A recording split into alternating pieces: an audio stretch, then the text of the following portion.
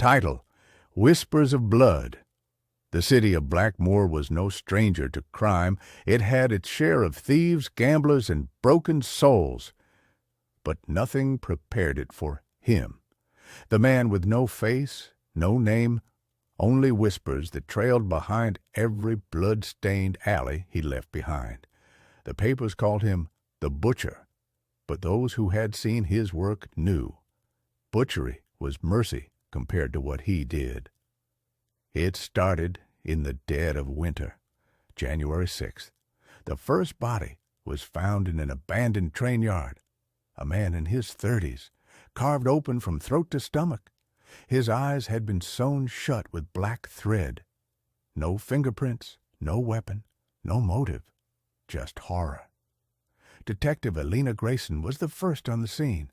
She'd seen war, madness, drugs, cults, but nothing like this. "He wanted this body found," she whispered, kneeling near the stiff corpse. "He's making a statement." She was right. Over the next 3 months, Blackmore bled. 7 victims, men, women, 1 child. Different ages, different races, no connections, except the message left behind. Each scene had a mirror, and each mirror had the same thing scrawled in blood. "See me?" The press went wild. Curfews returned. Parents pulled their kids out of school. People stopped answering doors after dark. But the killings never stopped, until the 8th victim. Her name was Lila, 19, bright, alive. She was a second-year journalism student who had one bad habit: chasing the truth, no matter the cost. On April 28th, she walked out of her dorm after midnight. Surveillance showed her stepping into a black car. She was never seen again. Her body was found 4 days later, nailed upright to the door of an abandoned church, a crown of barbed wire around her head, her mouth filled with salt. The mirror inside the church read, "She saw me. Did you?" Detective Elena didn't cry. She screamed. The city snapped. Protests, violence, panic. The mayor issued a citywide emergency. FBI stepped in. But Elena, she stayed with the case. She stopped sleeping. She stopped eating. Her partner, Cole, begged her to take a break. "I will catch him," she said, "or I'll die trying." And then, finally, a break. The forensic team analyzing Lila's body found something new, a rare sedative in her bloodstream, one used only in outdated psychiatric institutions. There were only 2 such places still existing in the state. One had been shut down since 1995. The other, Whitethorn Asylum. Located just outside city limits, Whitethorn had been closed for years. Rumor had it that doctors there experimented on violent patients. Shock therapy, isolation chambers, brain surgeries without consent. It was supposed to be sealed, but someone had been there recently. Elena and Cole drove out before dawn. What they found chilled them to the bone.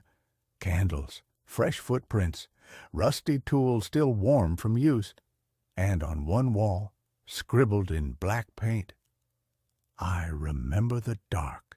They were close, too close. That night, Cole was attacked outside his home. He survived, barely. The attacker wore a mask, black and white, like porcelain shattered and re-glued. No fingerprints again, no sound, just presence. Elena was next. He left her a letter in her mailbox, folded neatly in a red envelope. "You are beautiful in fear, but you don't look yet. You glance, look deeply, look into the mirror." And she did. She began to rewatch all the crime scene footage, every angle, every mirror, and that's when she noticed it. A shadow, not in front of the mirror, inside it.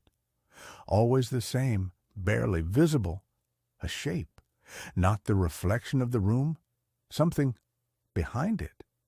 She brought in the city's top digital enhancement experts. Frame by frame, they reconstructed each mirror's data. Finally, in the fifth murder's mirror, the shadow had shape. A face, half covered. But Alina recognized something chilling, a burn scar along the jawline. She searched every old asylum file from Whitethorn, dozens of forgotten patients, nameless, lost in legal hell. And then one file stood out. Arrested in 1996 for torturing small animals. Escaped custody in 2001 after a fire, presumed dead. Alina had her suspect. The next day, another body. But this time, the killer left something different. Not a mirror, a photograph of Alina sleeping in her home. She fled. Not because she was scared, but because she had an idea.